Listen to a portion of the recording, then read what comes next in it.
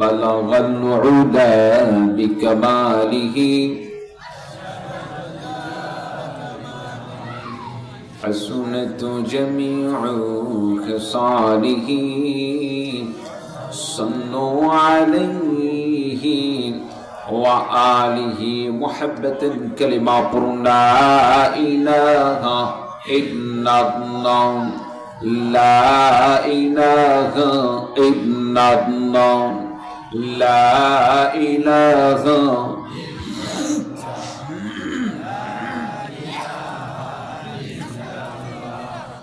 لا إله إلا الله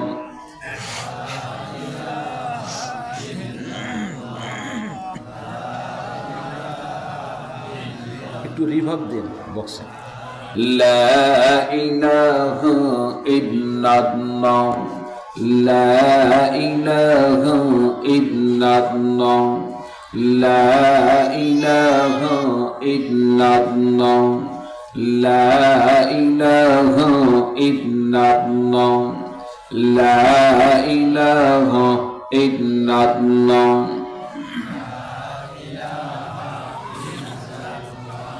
لا إله إلا الله محمد رسول الله সকলে বলি সাল্লাল্লাহু আলাইহি ওয়াসাল্লাম।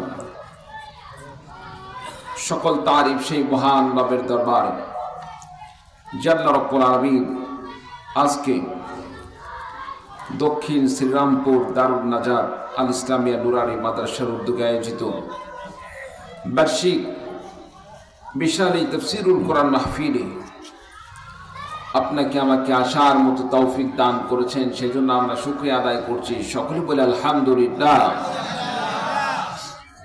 অসংখ্য দরুদ ও সালাম প্রেরণ করছে বিশ্ব নবীজির শানে, সকলে পড়ি সাল্লাল্লাহু আলাইহি ওয়াসাল্লাম। জানতে চাই সম্মানিত লক্ষ্মীপুরবাসী আপনারা কেমন আছেন? আলহামদুলিল্লাহ রাব্বিল আলামিন, আল্লাহ তাআলা আমাকে অনেক ভালো রেখেছেন। সম্মানিত উপস্থিতি, অনেক দূরের পথ, সেই সুদূর নওগাঁ থেকে লক্ষ্মীপুরের রাস্তা দীর্ঘ সময়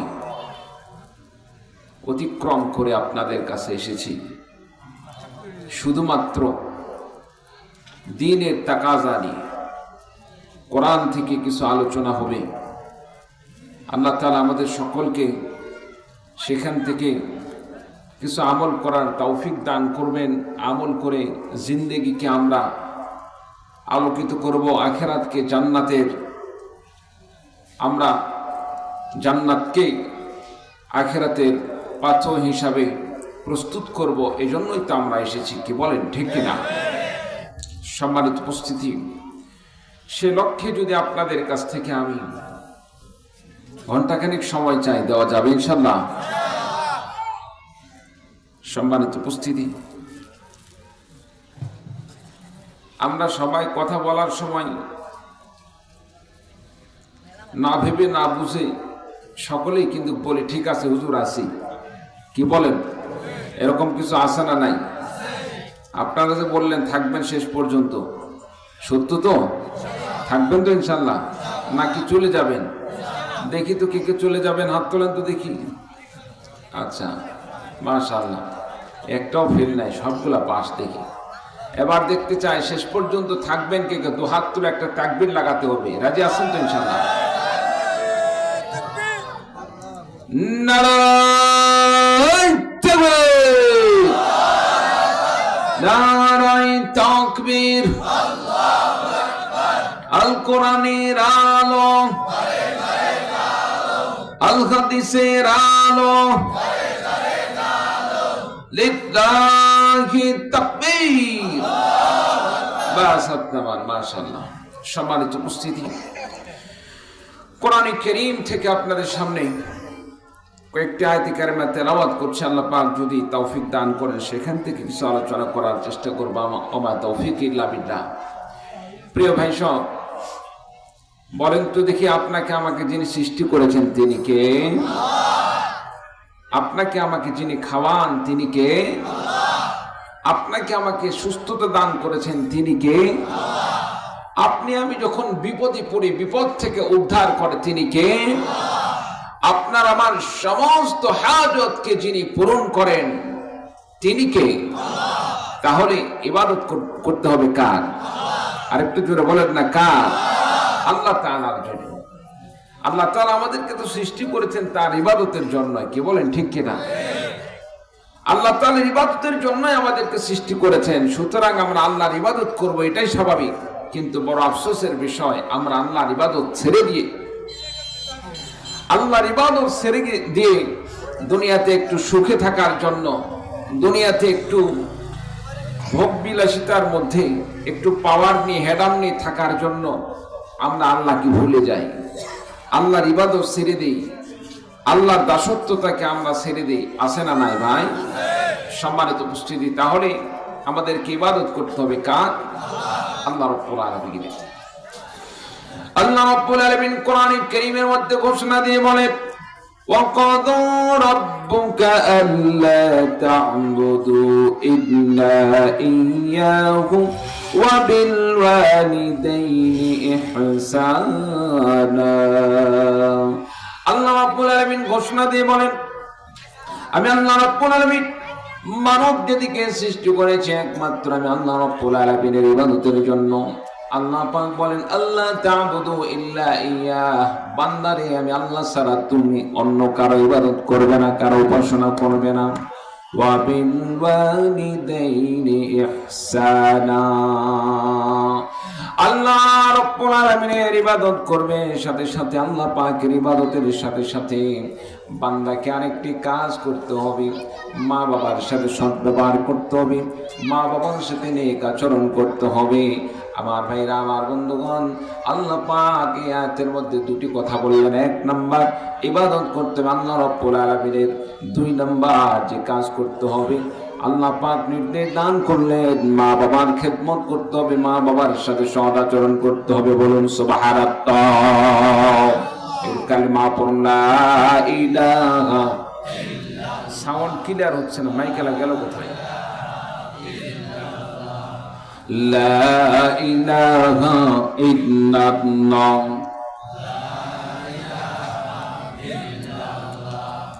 লা ইলাহা ইল্লাল্লাহ,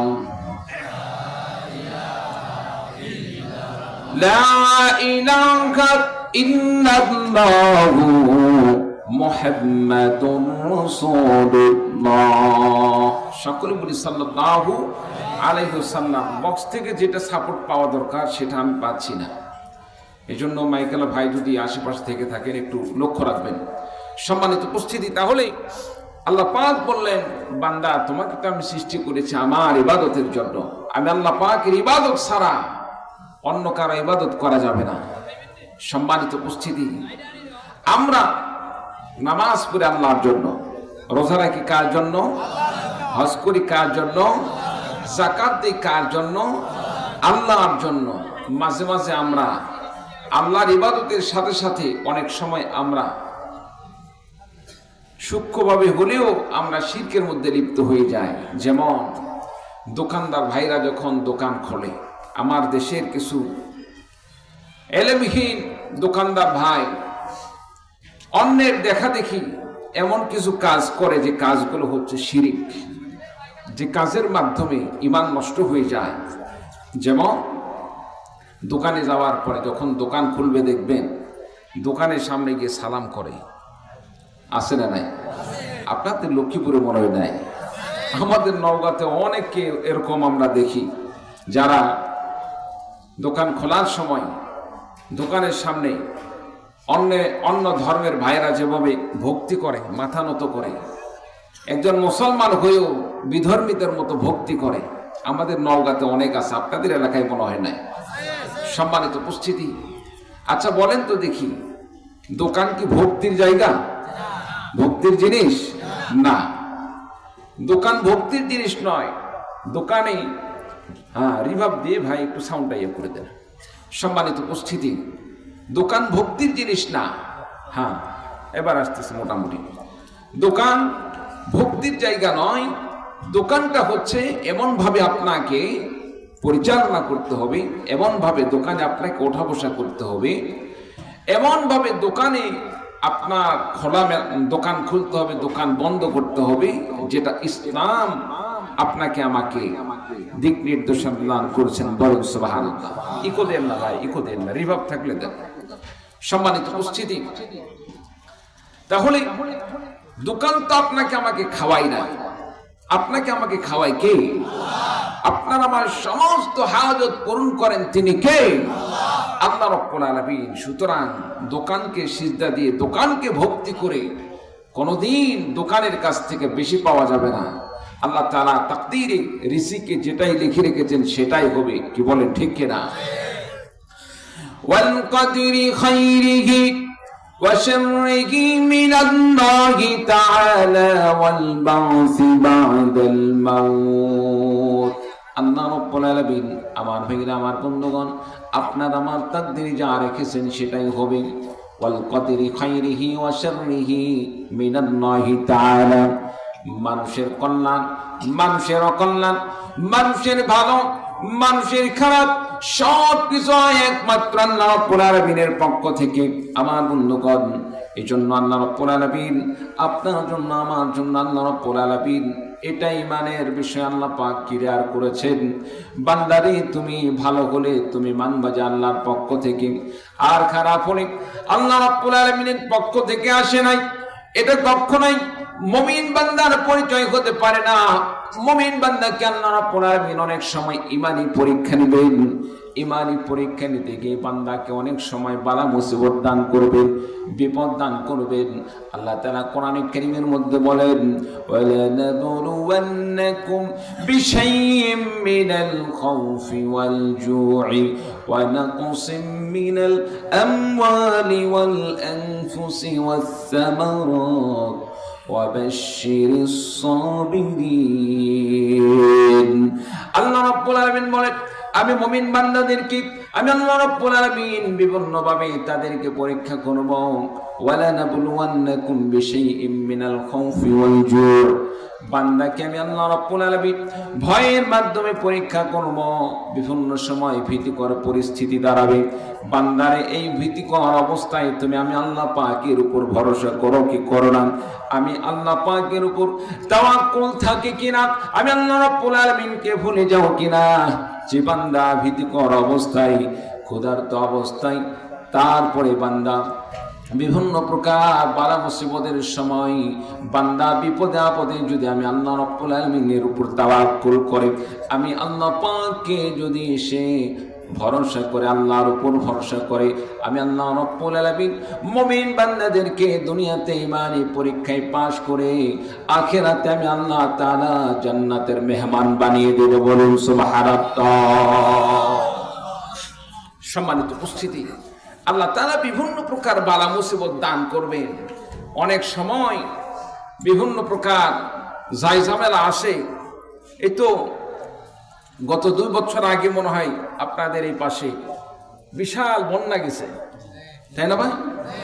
অনেক বড় বন্যা। তার মধ্যে আমিও এসেছিলাম লক্ষ্মীপুরে ত্রাণ নিয়ে। নওগাঁ থেকে আমরা একটা, আমাদের নওগাঁতে ইমাম মুয়াজ্জিন কল্যাণ সমিতি একটি সংগঠন আছে, সেই টিমের তত্ত্বাবধানে আমরা এসে যতদূর পারছি আমাদের পক্ষ থেকে একজন বিপদগ্রস্ত, আলহামদুলিল্লাহ আপনাদের এলাকা তো অনেক সম্পদওয়ালা, আল্লাহ তাআলা আপনাদের এলাকায় অনেক টাকা পয়সা দান করেছেন, কিন্তু যখন বিপদ আসে, এমন একটি বিপদ, পানির সময় আপনার টাকা আছে অনেক, কিন্তু আপনি চাইলেও লাখ টাকা দিয়ে আপনি খাবার পাচ্ছেন না। কি বলেন, তাই না? লক্ষ টাকা আছে, কোটি টাকা আছে, কিন্তু ইচ্ছা করলে আপনি খাবার আনতে পারতেছেন না। যাওয়া আসার যে ব্যবস্থা সব তুলে গেছে, আপনি নিজে যাইতে পারতেছেন না। তো সুতরাং মমিন হয়ে মমিনের পাশে দাঁড়ানো, এটা দান খয়রাত না, এটা মূলত সহানুভূতিশীল। একজন মমিন বান্দা আরেকজন মমিন বান্দার বিপদের সময় পাশে দাঁড়াবে, এটাই হচ্ছে মমিন বান্দার ভালোবাসা, ঈমানি পরিচয়। চিৎকার দেব ঠিক কিনা? সম্মানিত উপস্থিতি, আল্লাহ তাআলার এটা একটি পরীক্ষা ছিল। প্রিয় ভাই সব, এর আগে আরো কত আমরা বালা মুসিবত দেখলাম, আল্লাহ তাআলা এই সমস্ত বালা মুসিবত দিয়ে পরীক্ষা করতে চান বান্দাকে। বান্দা তুমি আমার উপর ভরসা করো নাকি আমি আল্লাহকে ভুলে যাও। বিপদ আসার কারণে আল্লাহর সাথে শিরিক করা, আল্লাহকে অস্বীকার করা। আমরা অনেকেই বিভিন্ন সময় এরকম কুফরি বাক্যগুলো বলে থাকি, যেমন বালা মুসিবত আসলে মা বোনরা বিশেষ করে বলে থাকে, আল্লাহকে আর কারো দেখতে পায় না, সব বিপদ আপদ আমার উপর আসে। নাউজুবিল্লাহি মিন যালিক। সম্মানিত উপস্থিতি, আল্লাহ তাআলা যেভাবে রেখেছেন, যাকে যেভাবে রেখেছেন তার উপর ভরসা করা, তার উপর তাওয়াক্কুল করা মুমিন বান্দার কাজ। তাওয়াক্কুল করলে, ভরসা করলে আল্লাহ রাব্বুল আলামিন, আল্লাহ পাক তার জন্য যথেষ্ট হয়ে যাবেন। আল্লাহ তাআলা সবরকারীদের সাথে রয়েছেন। ইন্নাল্লাহা মা'আস সাবিরিন। নিঃসন্দেহে আল্লাহ তাআলা যারা ধৈর্য ধারণ করবে তাদের সঙ্গে রয়েছেন। বলুন সুবহানাল্লাহ। বন্ধুরা আমার, আল্লাহ রাব্বুল আলামিনের ইবাদত করতে হবে, আল্লাহ রাব্বুল আলামিনের উপর তাওয়াক্কুল করতে হবে। বালা মুসিবত আসবে, বিপদ আপদ আসবে, বিভিন্ন প্রকার সুখ দুঃখ আসবে। সুখে দুঃখে সর্ব অবস্থায় আল্লাহ রাব্বুল আলামিনকে মেনে নিয়ে চলতে হবে। আল্লাহ রাব্বুল আলামিনের প্রতি কোনো অভিযোগ নেই, আল্লাহ পাকের উপর কোনো অভিমান নাই। আমার ভাইরা, আমার বন্ধুগণ, মুমিন বান্দা সুখে দুঃখে সর্ব অবস্থায় আল্লাহ রাব্বুল আলামিনের ইবাদত করবে। আল্লাহ পাক সে কথাই কোরআনে কারীমের মধ্যে বলেন, ওয়া কাদা রাব্বুকা আল্লা তা'বুদু ইল্লা ইয়্যাহু ওয়া বিল ওয়ালিদাইনি ইহসানা। আল্লাহ পাক বলেন, বান্দারে আমি আল্লাহ রাব্বুল আলামিনের পক্ষ থেকে তোমার জন্য ফরমান জারি করে দিলাম, আমি আল্লাহ ছাড়া অন্য কারো ইবাদত করবে না, আমি আল্লাহ পাক ছাড়া কারো উপাসনা করা যাবে না, আমি আল্লাহ রাব্বুল আলামিন ছাড়া কারো ইবাদত করা যাবে না। আমার বন্ধুগণ, নামাজ পড়ে আল্লাহর জন্য, রোজা রেখে আল্লাহর জন্য, হজ করে আল্লাহর জন্য, যাকাত দান করে আল্লাহ পাকের জন্য, মুমিন বান্দার জন্য শুধু নামাজ, রোজা, হজ, যাকাত এগুলো শুধু ইবাদত নয়। মুমিন বান্দা নামাজ, রোজা, হজ, যাকাতের সাথে সাথে মুমিন বান্দা যদি বাজারে যায় সেটাও মুমিন বান্দার জন্য ইবাদতে পরিণত হয়ে যায়।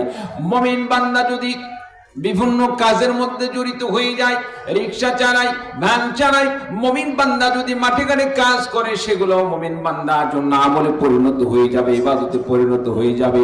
কোন সময় যখন মুমিন বান্দার কাজকর্মগুলো, মাঠে ঘাটে কাজ করা, রিকশা চালানো, ব্যবসা বাণিজ্য করা, চাকরি করা যদি রাসূলুল্লাহ সাল্লাল্লাহু আলাইহি সাল্লামের সুন্নাত তরিকা মোতাবেক হয়, নবীর আদর্শ মোতাবেক হয়, আল্লাহ রাব্বুল আলামিন মুমিন বান্দার সেই সমস্ত কাজগুলোকে আল্লাহ তাআলা আমল হিসেবে গ্রহণ করে বান্দাকে সেই কাজের মধ্যে, আমলের মধ্যে আল্লাহ তাআলা সওয়াবের ব্যবস্থা করে দিবেন। বলুন সুবহানাল্লাহ।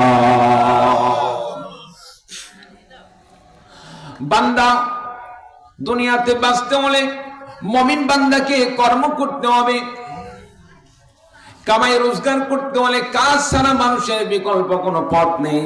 আল্লাহ তাআলা ইচ্ছা করলে মুমিন বান্দাকে কাজ ছাড়াও খাওয়াতে পারে, কোনো ওসিলা ছাড়াও আল্লাহ রাব্বুল আলামিন মুমিন বান্দার রিজিকের ব্যবস্থা করতে পারেন। তবে আল্লাহ তাআলার স্বাভাবিক নিয়ম হলো মানুষদেরকে রিজিক দান করেন কোনো কাজের মাধ্যমে।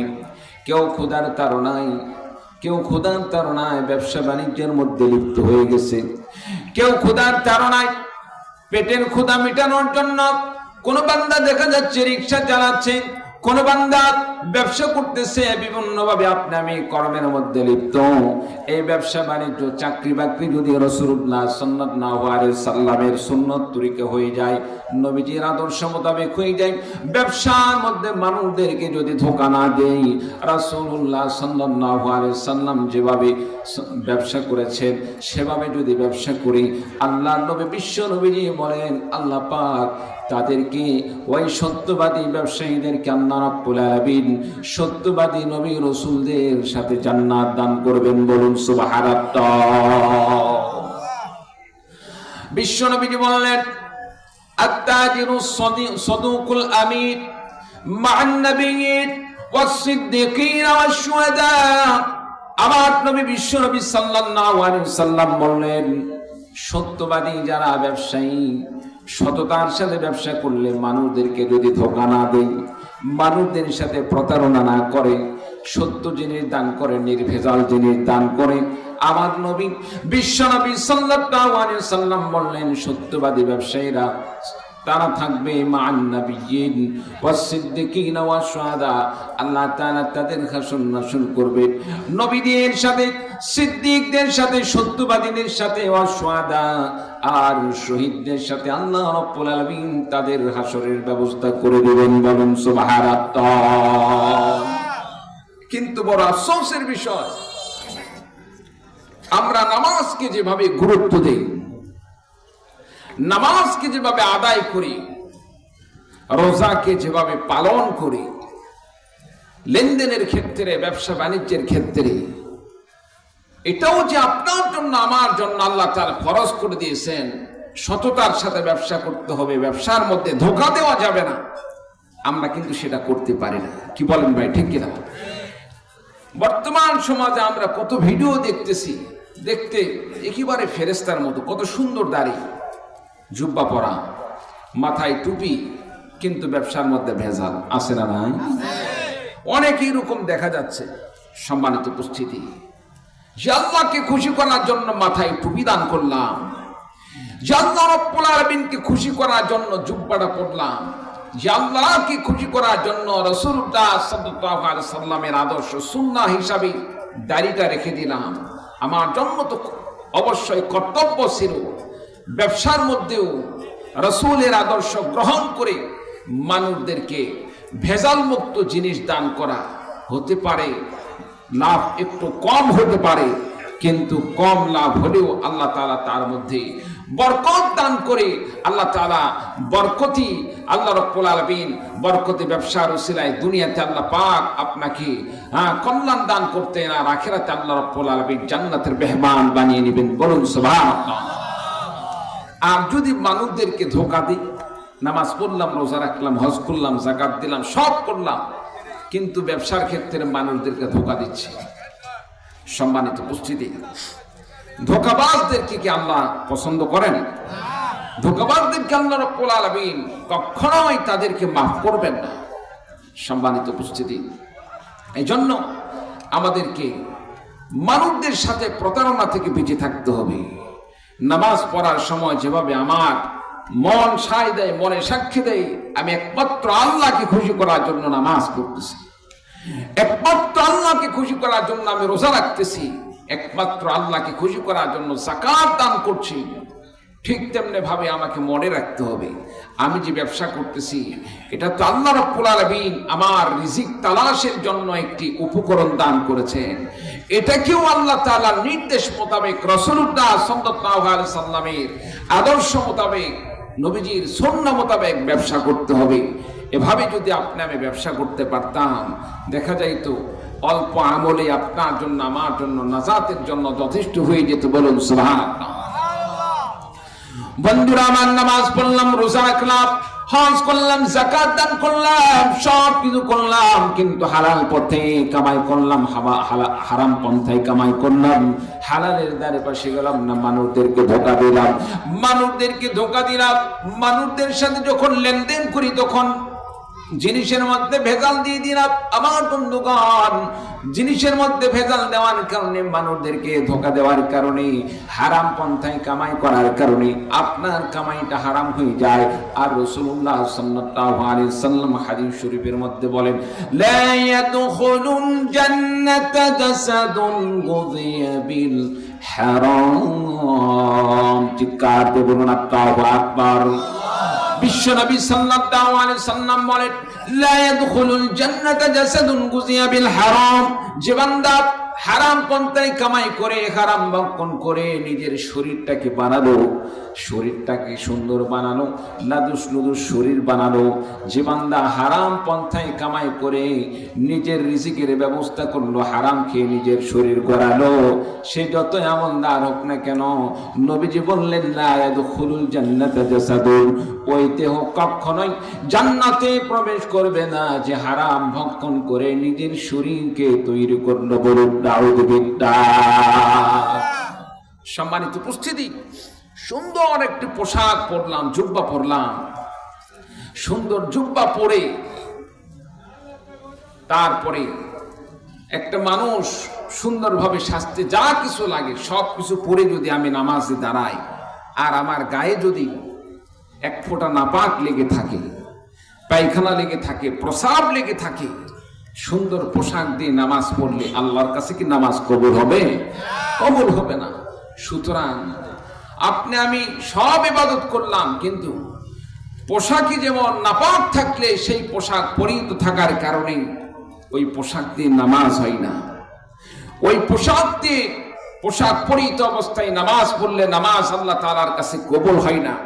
ঠিক তেমনি ভাবে যে হারাম ভক্ষণ করে আমার পেটটা ভরালাম, শরীরটা মোটা তাজা করলাম, হারাম ভক্ষণ করে শরীর গড়ার কারণে, হারাম ভক্ষণ করে এই শরীর দিয়ে কিয়ামত পর্যন্ত যদি হায়াত পায়, আর কিয়ামত পর্যন্ত যদি আল্লাহ তাআলার সিজদার অবস্থায় থাকি, সিজদারত অবস্থায় থাকি, রুকুরত অবস্থায় থাকি, আল্লাহ তাআলার কাছে এই ইবাদত কবুল হবে না। বলুন না আউযু বিল্লাহি মিন যালিক। আমার ভাইরা, আমার বন্ধুগণের জন্য ব্যবসা বাণিজ্য করতে হবে রাসূলুল্লাহ সাল্লাল্লাহু আলাইহি সাল্লামের তরিকা মোতাবেক। শুধু ব্যবসায় নয়, আরো যে সমস্ত কর্ম আছে, আমরা যা কাজ করি সব কিছু হতে হবে রাসূলের আদর্শ মোতাবেক। কত মানুষদেরকে দেখা যায়, কত আমাদের শ্রমজীবী যে সমস্ত ভাইরা আছে, কৃষক ভাইরা আছেন, কৃষক বাবা আছেন, নামাজ পড়ে, রোজা রাখে, সব কিছু করে, কিন্তু যখন জমিনের আল কাটতে যায়, আল পাড়তে যায়, জমিনের আল পাটার সময় দেখা যাবে তার যে জমিনের যে মানুষ যদি তার আশেপাশে না থেকে আল পাটার সময় পাশের যে জমি আছে অটোমেটিক ভাবে তার জমিনের ভিতরে নিজের জমিনকে বৃদ্ধি করে নেয়। এইরকম লোক আছে না? না আমার ভাইরা, আমার বন্ধুগণ, এই সমস্ত বিষয় যা কিছু বললাম সব কিছু হচ্ছে হারাম। মানুষের সম্পদ অন্যায় ভাবে দখল করে নেওয়া এটা হারাম। যতই নামাজ পড়েন না কেন, মানুষের সম্পদ, মানুষের জমিন যদি আপনি দখল করে নেন, মানুষের সম্পদকে, মানুষের জমিনকে, মানুষের যে কোনো জিনিসকে যদি আপনি অন্যায় ভাবে দখল করে নেন, আর যত ইবাদত করেন না কেন, আল্লাহ রাব্বুল আলামিনের কাছে আপনার সেই ইবাদত কবুল হবে না। আমার ভাইরা, আমার বন্ধুগণ, এরকম ভাবে আমরা আরো হক নষ্ট করি, কত মানুষদের হক নষ্ট করে থাকি।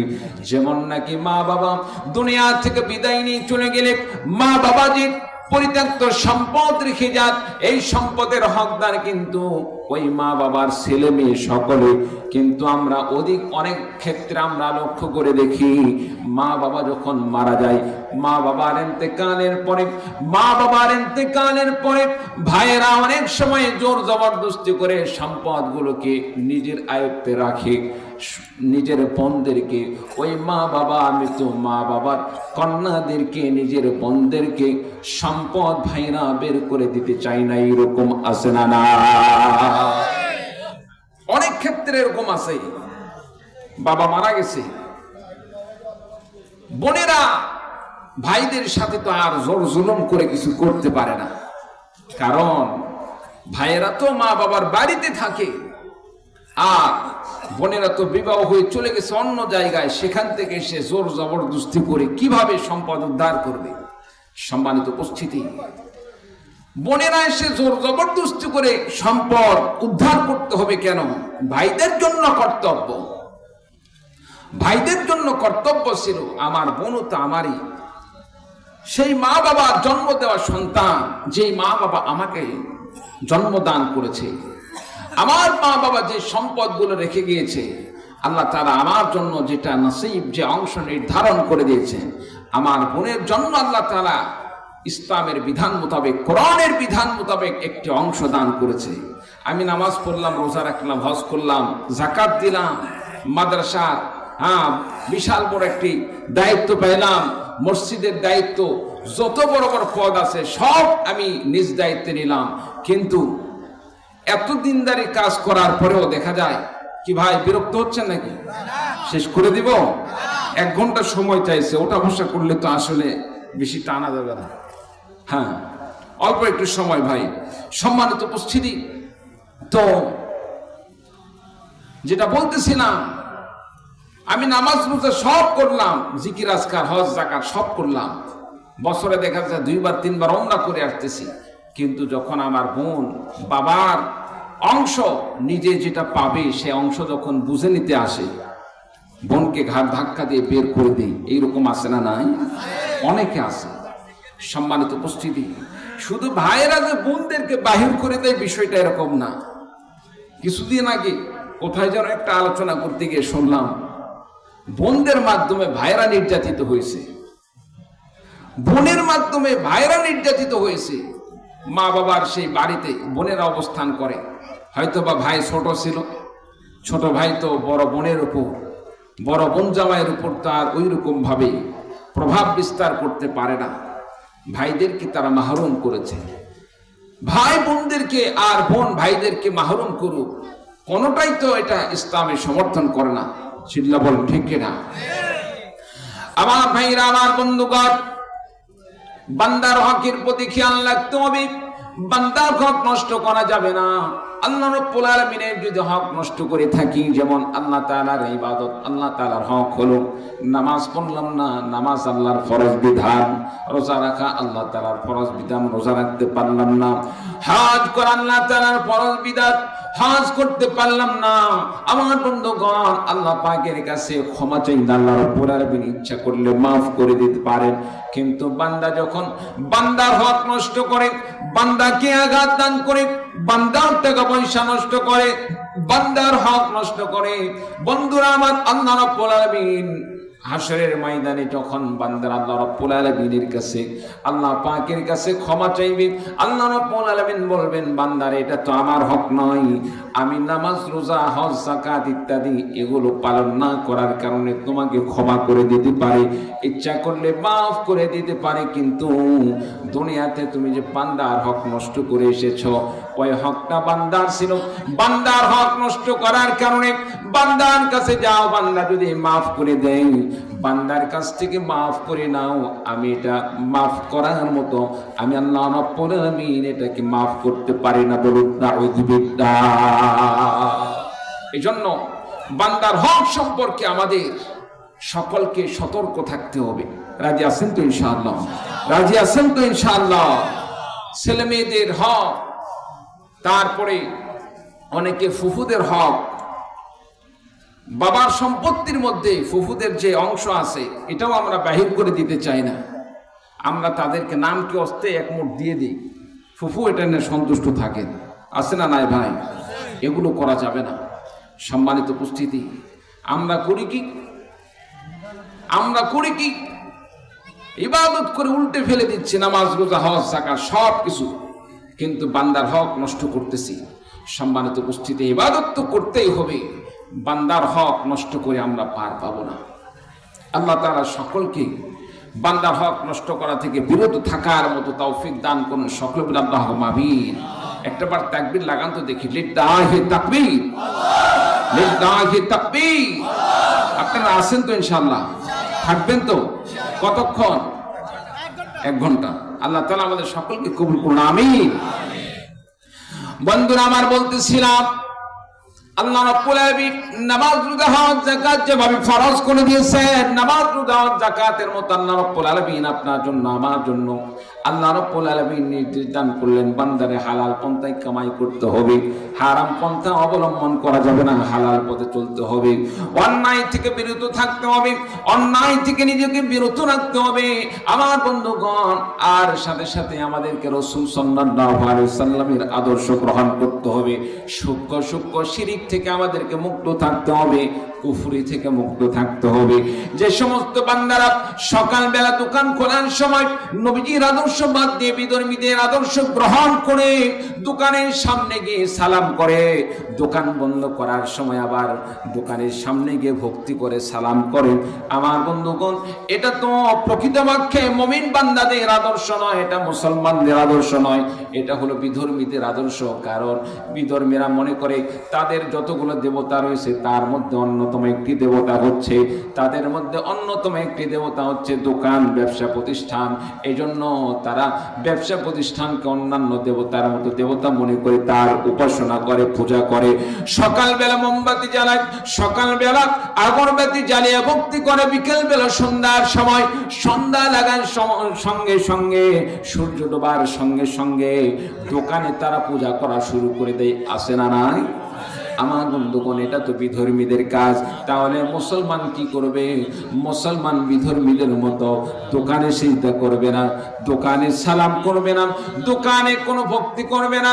মুসলমানরা যে কাজ করবে সেটা হলো মুসলমানরা বিসমিল্লাহ বলে দোকান খুলবে আর বিসমিল্লাহ বলে দোকান বন্ধ করবে। বলুন সুবহানাল্লাহ। আমার ভাইরা, আমার বন্ধুগণ, কোন মুসলমান যদি নবীর আদর্শ গ্রহণ না করে বিধর্মীদের আদর্শকে গ্রহণ করে তাদের মতো যদি দোকানে ভর্তি করে সালাম করে, তাহলে তাদের কি অবস্থা হবে? আমার নবী বিশ্ব নবী সাল্লাল্লাহু আলাইহি সাল্লাম হাদিস শরীফের মধ্যে ঘোষণা দিয়ে বলেন, আল মারউ মা'a মান আহাব্বা, মানুষ যাকে ভালোবাসে তার খাসনাসর তার সাথে হবে। আমার ভাইরা, আমার বন্ধুগণ, রাসূলুল্লাহ সাল্লাল্লাহু আলাইহি সাল্লাম হাদিস শরীফের মধ্যে আরো ঘোষণা দিয়ে বলেন, আমার ভাইরা, আমার বন্ধুগণ, যে ব্যক্তি যাকে অনুসরণ করবে তার হাসনাসর হবে তার সাথে। আপনার আমার আদর্শ যদি দুনিয়ার কাফের মুশরিকদের সাথে মিলে যায়, দুনিয়ার কাফের মুশরিকদের আদর্শের সাথে মিলে যায়, তাদের কাজের সাথে যদি আপনার আমার কাজ মিলে যায়, আপনার আমার হাসনাসর হবে কাফের মুশরিকদের সাথে। আর আপনি আমি যদি রাসূলুল্লাহ সাল্লাল্লাহু আলাইহি সাল্লামের সুন্নাহকে অনুসরণ করতে পারি, নবীজির আদর্শ গ্রহণ করি, আল্লাহর বিধান অনুযায়ী যদি আপনি আমি আমল করে চলি, আল্লাহর বিধান অনুযায়ী যদি আপনি আমি নামাজ পড়ি, আল্লাহর বিধান অনুযায়ী আপনি আমি যদি কামাই রোজগার করি, দোকান খোলার সময় বিসমিল্লাহ দিয়ে আপনি আমি দোকান খুললাম, দোকান বন্ধ করার সময় বিসমিল্লাহ পড়ে দোকান বন্ধ করলাম। দোকানের মতো আরো যারা আমরা যে সমস্ত কাজ করি, রিকশাওয়ালা ভাইদেরকে বলবো, রিকশা যখন চালান শুরু করে দেন, বাড়ি থেকে বের করেন, গ্যারেজ থেকে বের করেন, বিসমিল্লাহ দিয়ে বিসমিল্লাহ পড়ে শুরু করে দেন। যখন গাড়ি বন্ধ করে দিবেন, বিসমিল্লাহ পড়ে শুরু করে দেন। আমার বন্ধুগণ, ঠিক তেমনি ভাবে কৃষক ভাইদের জন্য বলবো, যখন আপনি মাঠে ঘাটে কাজ শুরু করে দেন, মাঠে ঘাটে কাজ করার সময় বিসমিল্লাহ দিয়ে কাজ শুরু করেন, বন্ধ করার সময় আবার বিসমিল্লাহ দিয়ে কাজ বন্ধ করে দেন। আল্লাহ রাব্বুল আলামিন আপনার কাজের মধ্যে বরকতে ভরপুর করে দিবেন আর আখিরাতে হাসর নাসর করবেন। বিশ্ব নবী সাল্লাল্লাহু আলাইহি সাল্লামের সাথে চিৎকার দিয়ে বলুন সুবহানাল্লাহ। সম্মানিত উপস্থিতি, এজন্য আপনার আমার সবকিছু হবে রাসূলের তরিকা মোতাবেক, সুন্নাহ মোতাবেক। এমনকি আমার নবী বিশ্ব নবী সাল্লাল্লাহু আলাইহি সাল্লাম, আপনি আমি থুতু কোন দিকে ফেলবো, প্রসাব পায়খানা কোন দিকে হয়ে করব, এটাও আমার রাসূল শিক্ষা দান করেছেন। কি বলেন, ঠিক কিনা? আমার নবী টয়লেটে কিভাবে প্রবেশ করতেন, রাসূলুল্লাহ সাল্লাল্লাহু আলাইহি সাল্লাম টয়লেটে কিভাবে প্রবেশ করতেন। প্রত্যেকটা মানুষের কল্যাণকর কাজ, ভালো কাজ শুরু করতে হয় ডান সাইড দিয়ে। আমরা যেমন খাবার খাই, খাবার ভালো না মন্দ? ভালো, ডান হাত দিয়ে খাই। ভালো কাজগুলো আমরা সব ডান সাইড দিয়ে করি। যেমন মসজিদে প্রবেশ করে, মসজিদ ভালো জায়গা না খারাপ জায়গা? সবচেয়ে ভালো জায়গা। রাসূলুল্লাহ সাল্লাল্লাহু আলাইহি সাল্লাম ঘোষণা দিয়ে বলেন, আহাব্বুল বিলাদি ইলাল্লাহি মাসাজিদুহা, দুনিয়াতে আল্লাহর জমিনে সবচাইতে শ্রেষ্ঠ জায়গা হচ্ছে মসজিদ। চিৎকার দিয়ে বলুন সুবহানাল্লাহ। মসজিদে আমরা প্রবেশ করি ডান পা দিয়ে। সম্মানিত উপস্থিতি, ঠিক তেমনি ভাবে বাড়িতে যখন প্রবেশ করব ডান পা দিয়ে, আমরা যখন কোনো কিছু খাই ডান হাত দিয়ে, যখন কোনো কিছু পান করি ডান হাত দিয়ে, যখন কোন মানুষকে সালাম দেওয়ার পরে মুসাফাহা করি কোন হাত দিয়ে? ডান না বাম? ডান হাত দিয়ে। এটা রাসূলের সুন্নাহ, রাসূলের আদর্শ। আবার যেটা মানুষের জন্য খারাপ, দৃষ্টি কোণ থেকে খারাপ লাগে, যেমন টয়লেটে প্রবেশ করা, রাসূলুল্লাহ সাল্লাল্লাহু আলাইহি সাল্লাম বাম পা দিয়ে প্রবেশ করতেন, ডান পা দিয়ে বাহির হতেন। আমাদেরও কি করা দরকার? টয়লেটে প্রবেশ করার সময় বাম পা দিয়ে প্রবেশ করব, ডান পা দিয়ে বের হব। দোয়া কি পড়ব? আল্লাহুম্মা ইন্নী আউযু বিকা মিনাল খুবুসি ওয়াল খাবাইস। সম্মানিত উপস্থিতি, আবার কি টয়লেটে ঢোকার সময় কি বিসমিল্লাহ পড়বেন নাকি? না, সেখানে তো শয়তানের আড্ডাখানা। শয়তান টয়লেটের মধ্যে তাদের আশ্রয়স্থল। আপনি আমি যদি এই দোয়া না পড়ি, আল্লাহুম্মা ইন্নী আউযু বিকা, হে আল্লাহ আমি আপনার কাছে আশ্রয় চাচ্ছি, মিনাল খুবসি ওয়াল খাবাইস, খবিস শয়তান থেকে, সম্মানিত উপস্থিতি, এই দোয়া যদি আমরা না পড়ি, দেখা যাবে আপনি আমি যে টয়লেট সারা আসলাম, এই টয়লেটটা শয়তানের খাবারে পরিণত হয়ে যায়। বলুন নাউযু বিল্লাহি মিন যালিক। কি শয়তানকে আমরা কি মোটা তাজা করব নাকি শয়তানকে মারব? শয়তানকে তো আমাদেরকে ধ্বংস করতে হবে। বান্দা যখন আউযু বিল্লাহ পড়ে, আউযু বিল্লাহ পড়ার সঙ্গে সঙ্গে, আউযু বিল্লাহ পড়ার সঙ্গে সঙ্গে শয়তানের গা জ্বালা পড়া শুরু হয়ে যায়, শয়তান ধ্বংস হয়ে যায়। সম্মানিত উপস্থিতি, এই জন্য প্রত্যেকটা অনেক কাজ করার শুরুতে আমরা বিসমিল্লাহ দিয়ে শুরু করবো। রাজি আছেন তো ইনশাআল্লাহ? আমার ভাইরা, আমার বন্ধুগণ, আল্লাহ রাব্বুল আলামিন কোরআনে কারীমের মধ্যে ঘোষণা দিয়ে বললেন, ওয়া কাদা রাব্বুকা আল্লা তা'বুদু ইল্লা ইয়্যাহু ওয়া বিল ওয়ালিদাইনি ইহসানা। আল্লাহ তাআলা বান্দাদেরকে তার ইবাদত করার জন্য নির্দেশ দান করেছেন। এই জন্য আপনাকে আমাকে আল্লাহ পাকের সমস্ত বিধান মেনে চলতে হবে। নামাজ যেভাবে পড়ি আল্লাহকে খুশি করার জন্য, রোজা রাখি যেভাবে আল্লাহকে খুশি করার জন্য, হজ করি আল্লাহকে খুশি করার জন্য, যাকাত দান করে আল্লাহকে খুশি করার জন্য। আমার ভাইরা, আমার বন্ধুগণ, মানুষের সেবা করি কার খুশির জন্য? আল্লাহর খুশির জন্য। সব কিছু করে আল্লাহ পাককে খুশি করার জন্য। এই জন্য আমাকে মনে রাখতে হবে, নামাজ, রোজা, হজ, যাকাত, ইসলাম শুধু নামাজ, রোজা, হজ, যাকাতের মধ্যে সীমাবদ্ধ নয়। ইসলাম তো আল্লাহ রাব্বুল আলামিন দান করেছেন পুরা পৃথিবীকে, সমস্ত দুনিয়াকে শাসন করার জন্য। আল্লাহ রাব্বুল আলামিন কোরআনে কারীমকে দান করলেন। এই কোরআনে কারীমের বিধান দিয়ে সমাজ পরিচালনা করতে হবে, রাষ্ট্র পরিচালনা করতে হবে। কোরআনের বিধান অনুসরণ করে আপনাকে আমাকে চলতে হবে।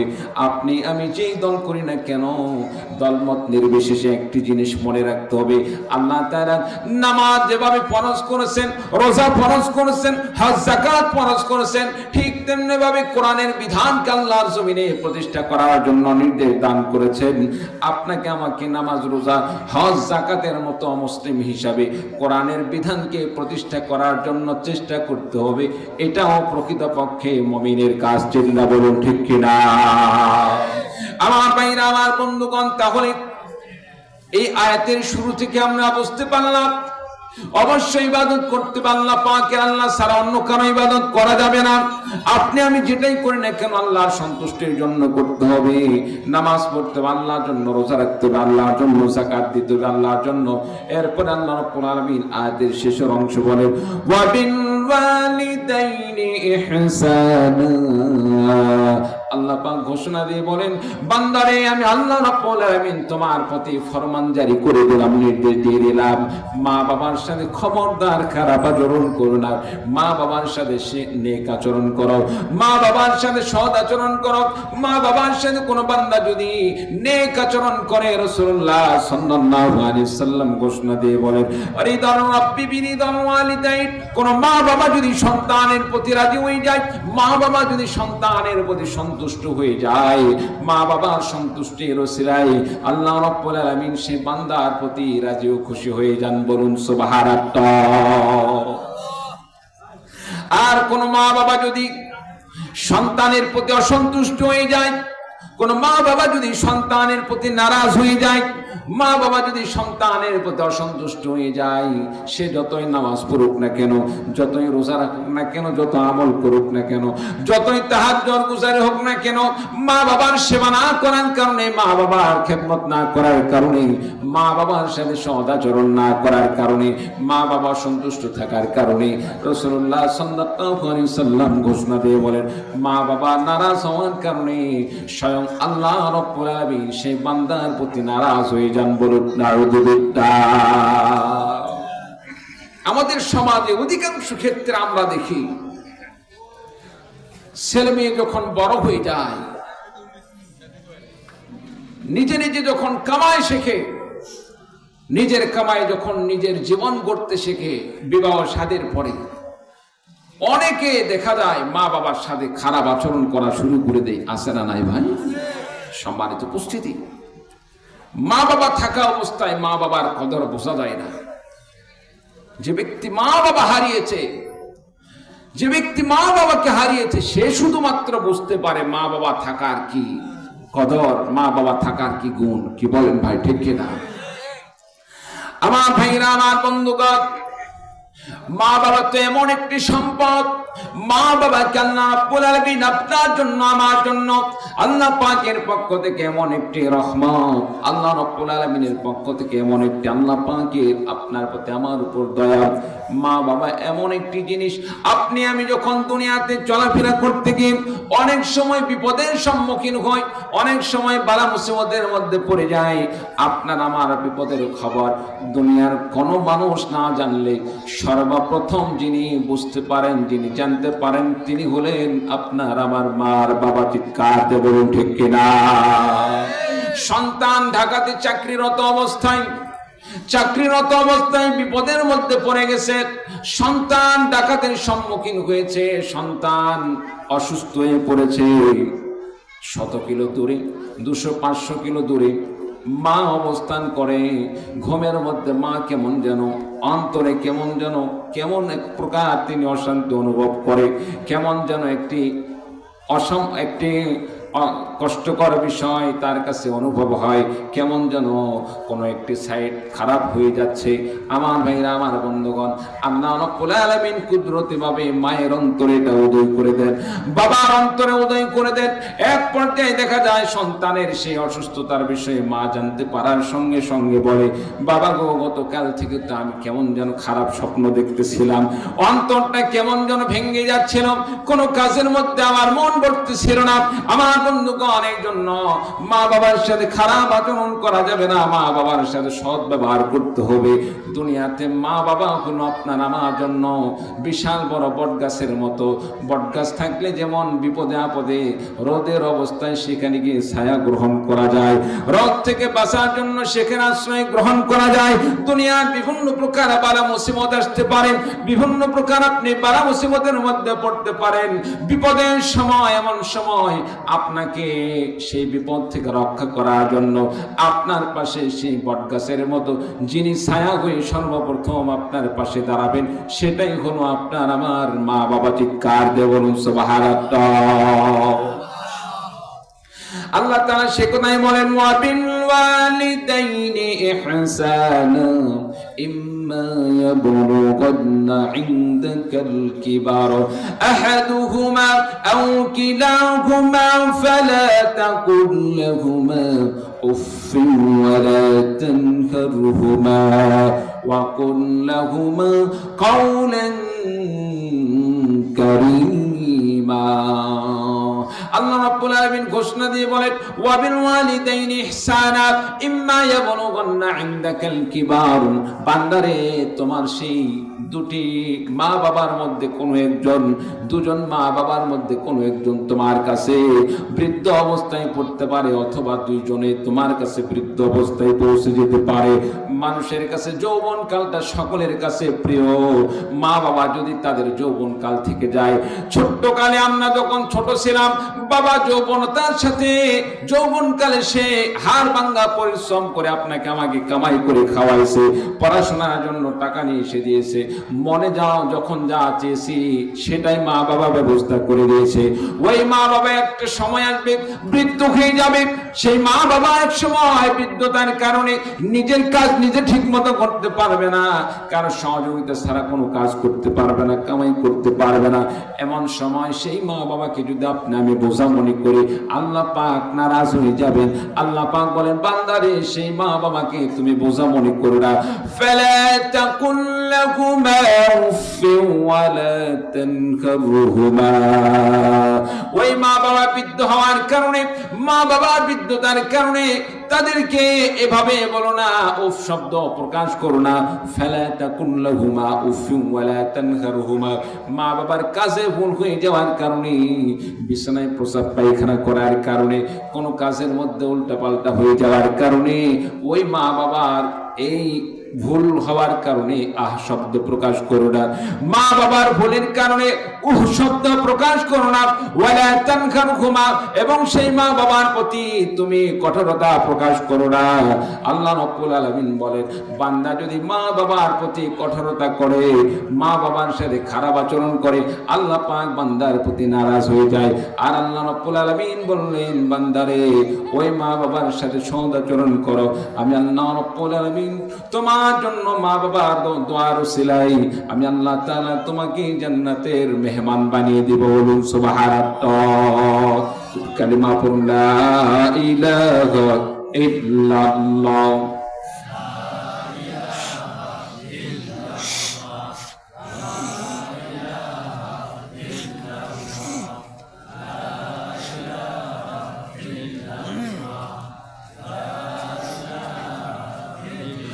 সুবহানাল্লাহ ওয়ালহামদুলিল্লাহ, লা ইলাহা ইল্লাল্লাহ, লা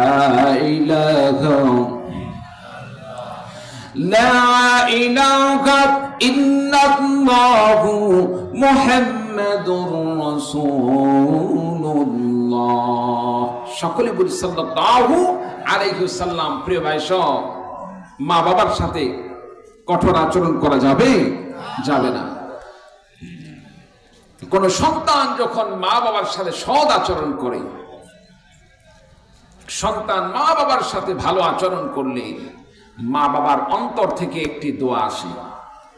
মা বাবা মুখে সেই দোয়া বলতে হয় না, আল্লাহ তুমি আমার সন্তানকে এই দাও সেই দাও।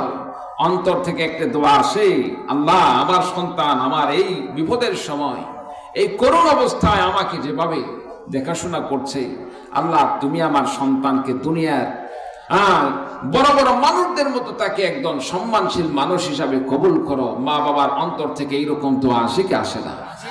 সম্মানিত উপস্থিতি, এই জন্য মা বাবার সাথে খারাপ আচরণ করা যাবে না। আমার ভাইরা, আমার বন্ধুগণ, মা বাবার সাথে সৎ আচরণ করার কারণে আল্লাহ রাব্বুল আলামিন বান্দাদেরকে দুনিয়াতে সম্মানিত করেন, আখিরাতে আল্লাহ রাব্বুল আলামিন জান্নাতে বানিয়ে দেন।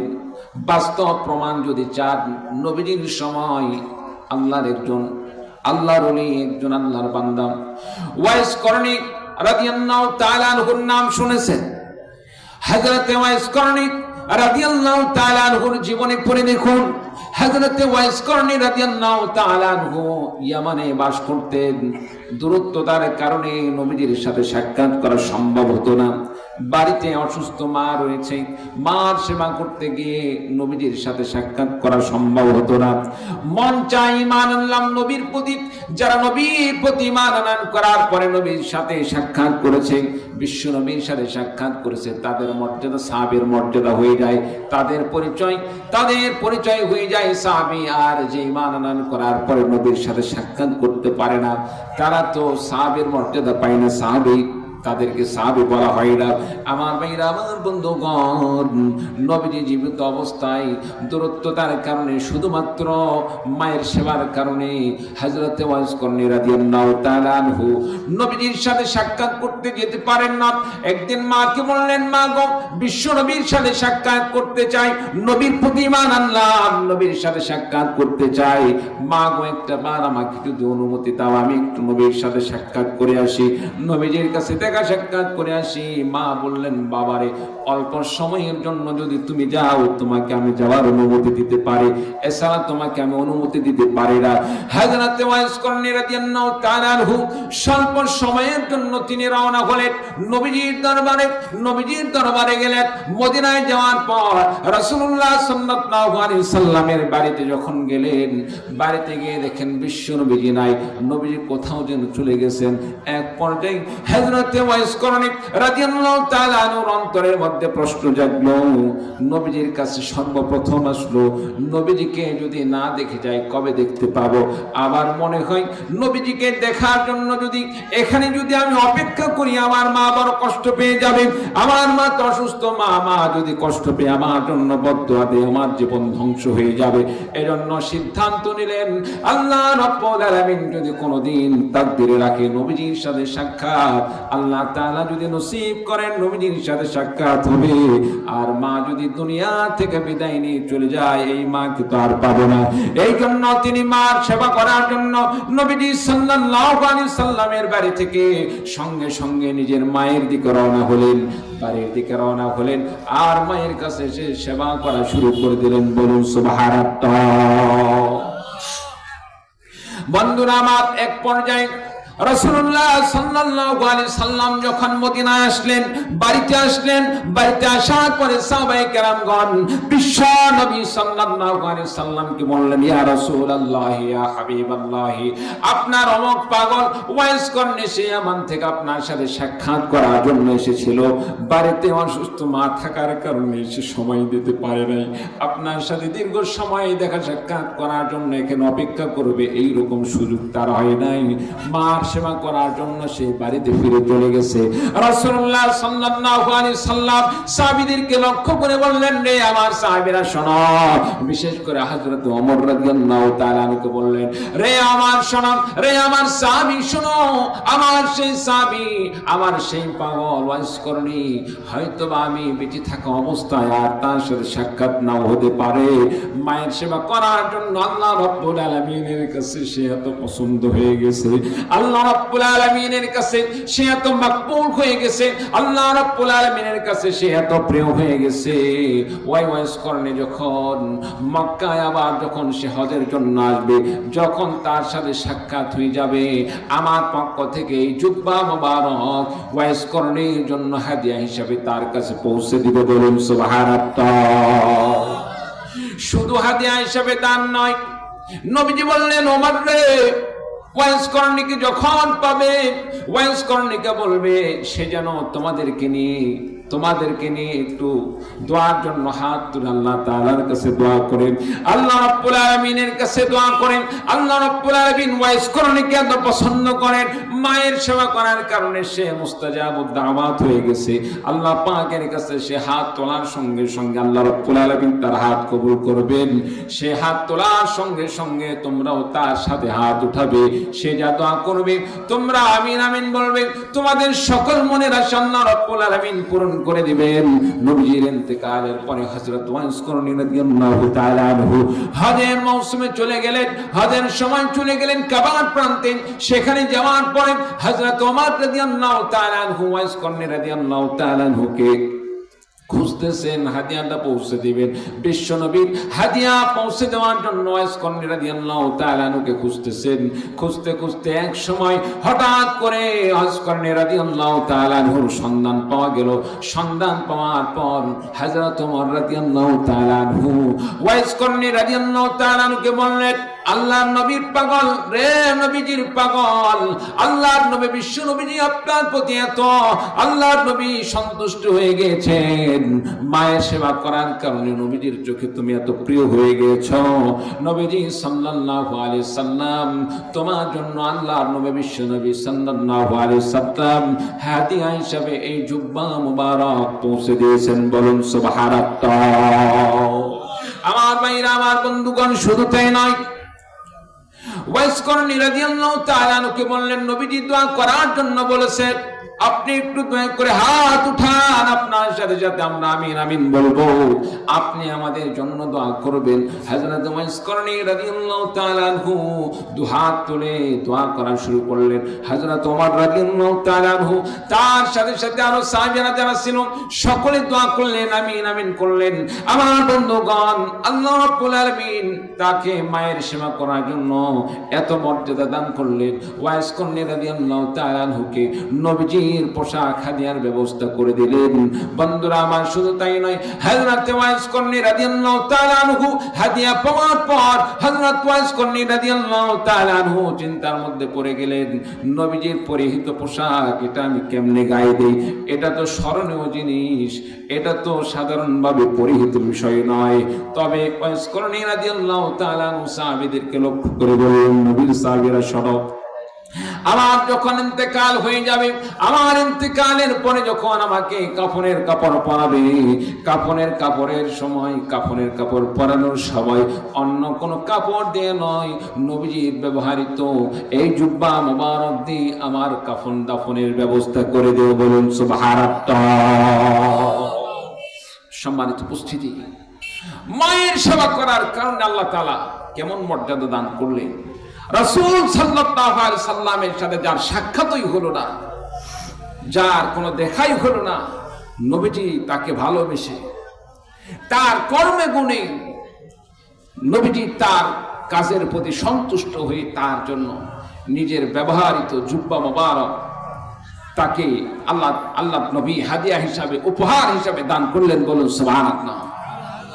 আমাদের যুবক ভাইরা অনেক সময় দেখা যায়, অনেক যুবক ভাই খেলার মাঠে বিরক্ত হচ্ছেন, ভাই আর 2-4-5 মিনিট 10 মিনিট সময় দেওয়া যাবে?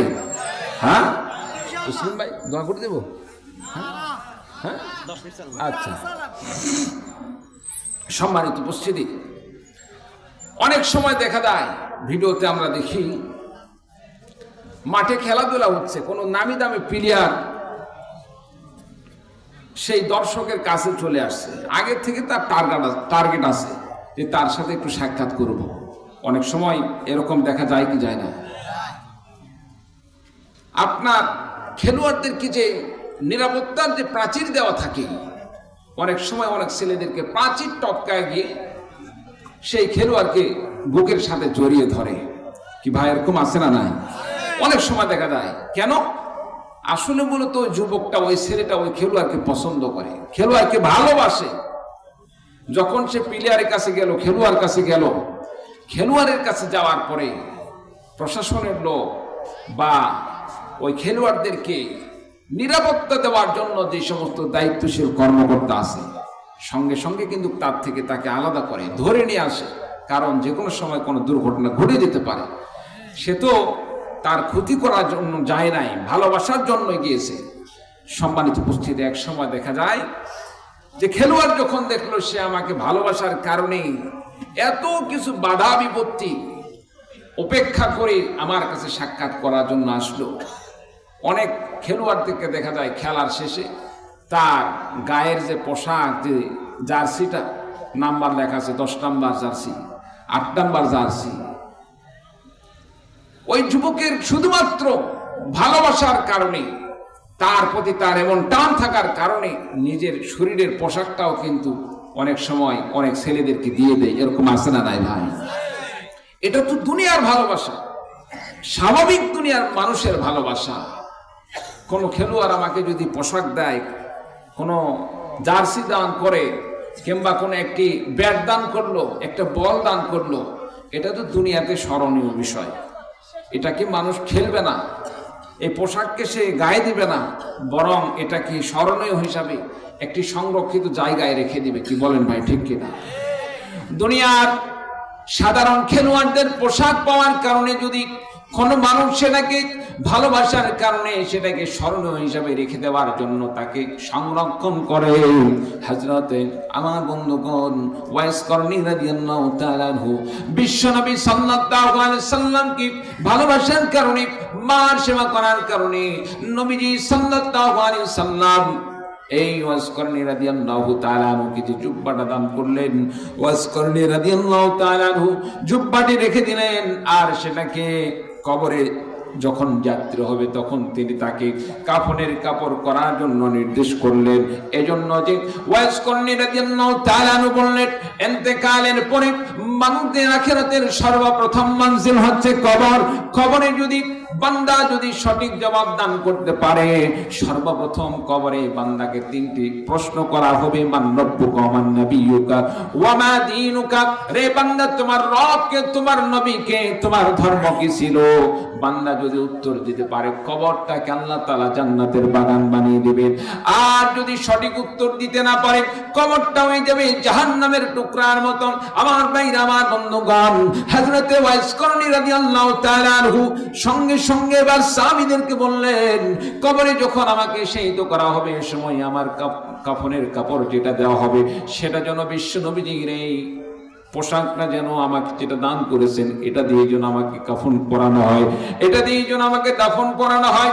এই জন্য যে কবরের জগতে যখন আমাকে প্রশ্ন করা হবে, অন্তত পক্ষে নবীজির ব্যবহৃত পোশাকটি আমার শরীরে থাকার কারণে কবরের এমন প্রশ্ন থেকে, কবরের আযাব থেকে আল্লাহ রাব্বুল আলামিন যেন বিশ্বনবীর পোশাকের উসিলায় হলেও আমাকে মুক্তির ফয়সালা করে দেন। বলুন সুবহানাল্লাহ। ওয়াসকরনি রাদিয়াল্লাহু তাআলা আনহু যেভাবে মায়ের সেবা করার কারণে এত সম্মানশীল হলেন, সেই মা বাবার সেবা করার দরকার আছে না নাই?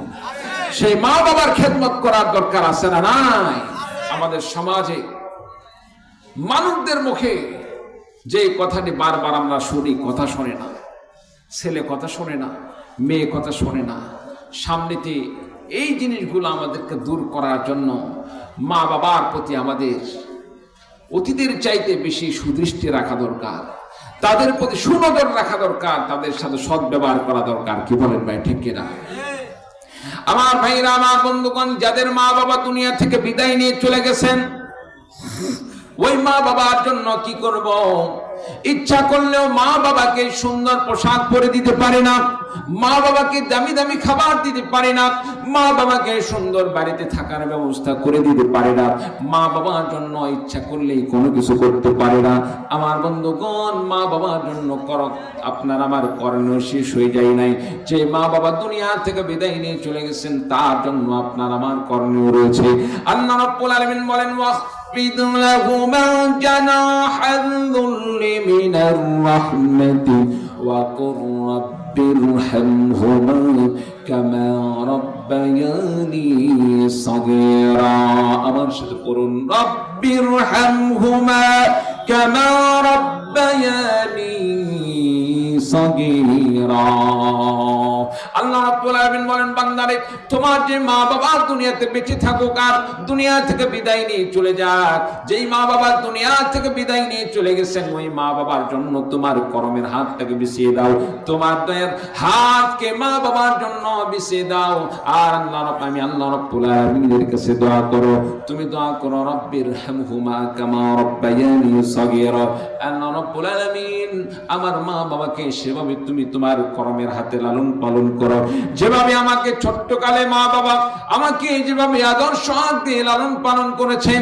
আল্লাহ রাব্বুল আলামিন বলেন, বান্দারে, তুমি যখন এভাবে দু হাত তুলে মা বাবার জন্য রব্বির হামহুমা কামা রব্বায়ানি সগীরা দোয়া করে থাকো, সন্তানের দোয়ার উসিলায় আমি আল্লাহ রাব্বুল আলামিন তোমার মা বাবাকে সেভাবে লালন পালন করে। বলুন সুবহানাল্লাহ। প্রিয় ভাই সব, আর দীর্ঘায়িত করতে চাই না, আপনাদের কাছে আমার আবেদন, এক নাম্বার ইবাদত করব কার? জোরে বলেন, কার? আল্লাহ পাকের ইবাদত করতে হবে। 2 নাম্বার, মা বাবার সাথে সদ্ব্যবহার করতে হবে, মা বাবার খেদমত করতে হবে, মা বাবার সাথে খারাপ আচরণ করা যাবে না। মা বাবা যদি দুনিয়া থেকে বিদায় নিয়ে চলে যায়, ওই মা বাবার জন্য দুহাত তুলে আল্লাহ তাআলার কাছে দোয়া করেন। ওই মা বাবা আপনার কাছ থেকে আমার কাছ থেকে কিছু নেকির আশায়, কবরে আশায় থাকেন, আমার সন্তান কখন আমার জন্য দোয়া করবে, আমার সন্তান কখন আমার জন্য 2 টাকা দান করবে, আমার সন্তান কখন আমার জন্য আল্লাহ রাস্তায় কিছু দান খয়রাত করবে। আল্লাহ তাআলা সন্তানের দান খয়রাত আর দোয়ার উসিলায় মা বাবার কবরে আল্লাহ তাআলা আযাব মুক্ত করে মা বাবার কবরকে জান্নাতের বাগান বানিয়ে দেন। বলুন সুবহানাল্লাহ। মায়ের সেবা করবো তো ইনশাআল্লাহ, বাবার খেদমত করবো তো ইনশাআল্লাহ, মা বাবার সাথে খারাপ আচরণ করবো না তো ইনশাআল্লাহ। আল্লাহ তাআলা সকলকে তৌফিক দান করুন, আমিন।